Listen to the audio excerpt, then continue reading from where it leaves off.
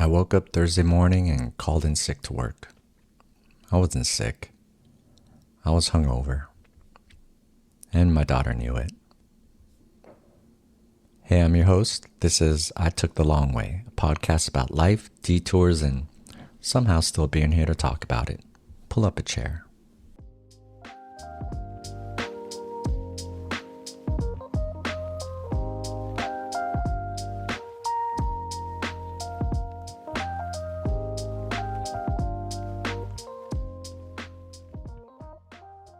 It started on Wednesday night, April 1st, which, in hindsight, is a little on the nose. I was at dinner with a few old friends. Baekjeong, Korean BBQ in Los Angeles. If you know, you know. We're talking, catching up, the grill is going, and the beer and soju are flowing. The kind of night where everything feels easy and you pick up right where you left off, no matter how much time has passed. At some point, we asked our server if she wanted to join us for a drink, the way you do when the vibe is good and you're feeling generous. She smiled and said servers aren't allowed to drink with customers. And then she said, almost like it was just another thing to mention, that she recently celebrated 1 year of sobriety. The table kind of acknowledged it. I thought, oh, that's cool. That's really honorable. Good for her. And then we kept drinking. I didn't think much of it. The night moved on. The drinks kept coming. Our server's moment just kind of passed through the room and disappeared. I raised my glass with everyone else. Here's the thing about that night. It felt familiar. The kind of familiar that feels good at first. Old friends, the same energy, the same laughs. And somewhere in the back of my brain, something forgets how old I am. Forgets that I'm a husband and a dad and that I have to be somewhere functional tomorrow morning. It just goes quiet. And what fills that quiet is a version of me from 20 years ago, who had no ceiling and no consequences, and thought every night like this was just another good story waiting to happen. I know where that road goes. I've been far enough down that road to lose my license, twice. I thought I'd close that door a long time ago. Turns out I just stopped checking on it. I've had a handle on it for decades, but that grip has been loosening. Is it age, exhaustion, life? Honestly, probably all of the above. What I know is this: if I don't do something about it, it spirals. I've seen that movie. I know how it ends. But we were just having dinner, so we kept going.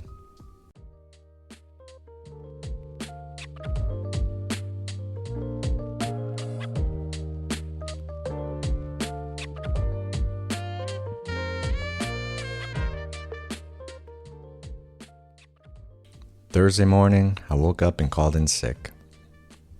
I laid there feeling terrible, which, at my age, takes on a whole new meaning.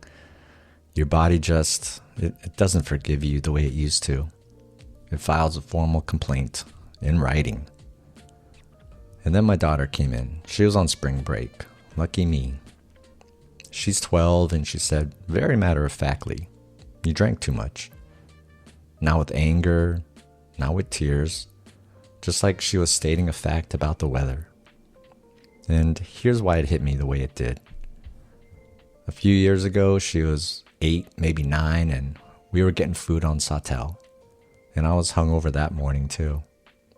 And I threw up on the sidewalk while we were crossing the street, right in front of her.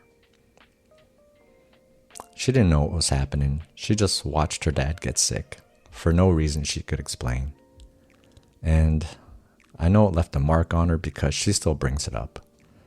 Now with drama, just matter-of-factly. The same way she said it Thursday morning. That time Dad threw up on Sautel.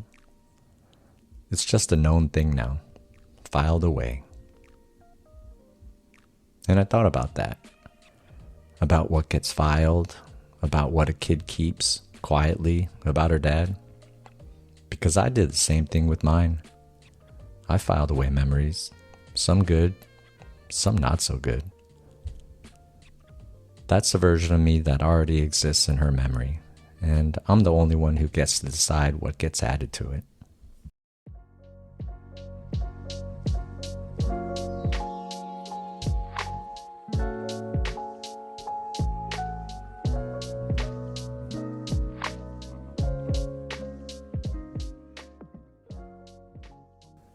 Good Friday, I made a decision.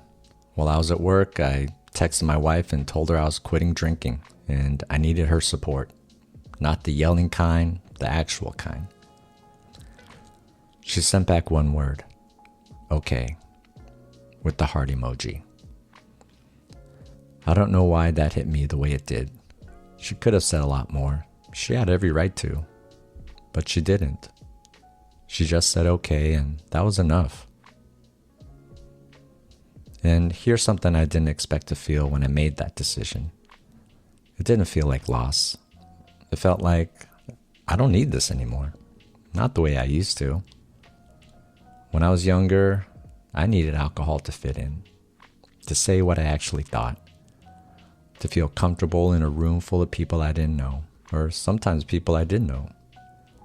There was a version of me that used it like social lubricant, like a confidence loan that I'd pay back later with the hangover.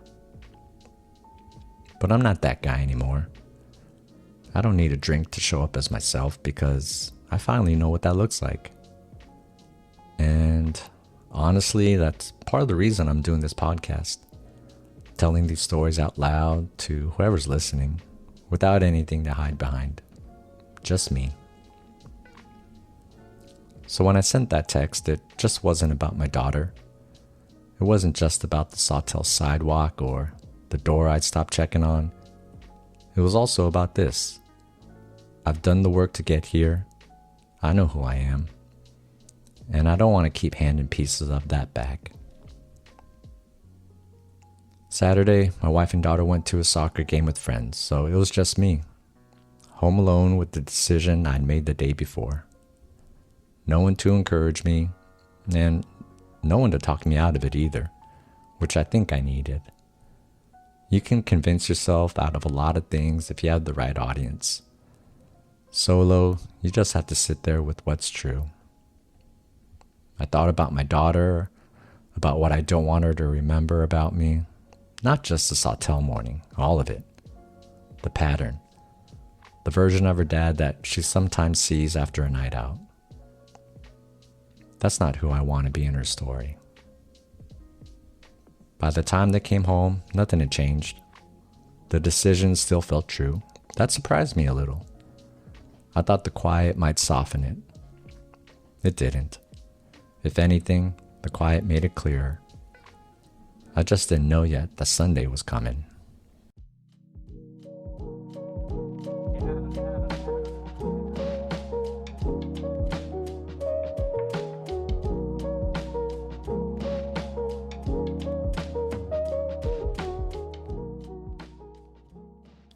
Easter Sunday, packed house at church, the way it only gets a few times a year. The sermon was moving through Bible passages, the kind of message built for a full room, accessible, broad, and a little bit of everything for everyone. I was in and out of it, honestly. My head kept going back. Wednesday night, the grill, the drinks, our server's offhand comment at the table. Thursday morning, my daughter in the doorway, 12 years old, already knowing. Friday morning, the text I sent my wife, that one word back. Saturday, in an empty house with nothing to do but sit with what I decided and wonder if I actually meant it. All of it just cycling through while the pastor talked. My wife was sitting next to me and she wasn't really tracking the sermon. My daughter was outside with the friends, away from the auditorium. And then the pastor got to the close. He said, "Because Jesus rose, you now have the power to do something that you can never have conceived of doing for yourself. And what may feel like the hardest thing you've ever had to do just might be the best decision you've ever made." It stabbed me like a dagger. The room was full of people. Nobody around me had any idea why those words just did what they did. It was just me, in a crowd, completely alone with something I couldn't explain to anyone sitting next to me. I'd already made the decision. 3 days before that sermon. The sermon didn't make it for me, but it confirmed something. It said, "You're not doing this alone." And I sat there and thought, of course that's how this week ends.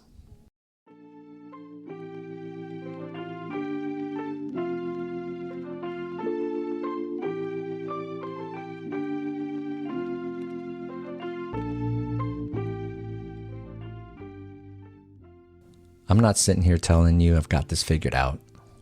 I made a decision over a week ago. That's it. A week isn't much, but it's a start. And here's what I know about starts. They matter. The moment you decide is the moment everything after it becomes possible. Not guaranteed, possible. The woman who served us that night mentioned she was a year sober and went right back to taking our order. She wasn't trying to change anyone. She was just living her life. And somehow it walked into mine. To my daughter, if you're listening to this someday, I want you to know I remember Sawtell. Every time you bring it up, I feel it. I just haven't always known what to do with it. Until now. You deserve a better version of that story, and I'm working on it. I took the long way to get to this one too, but I got here.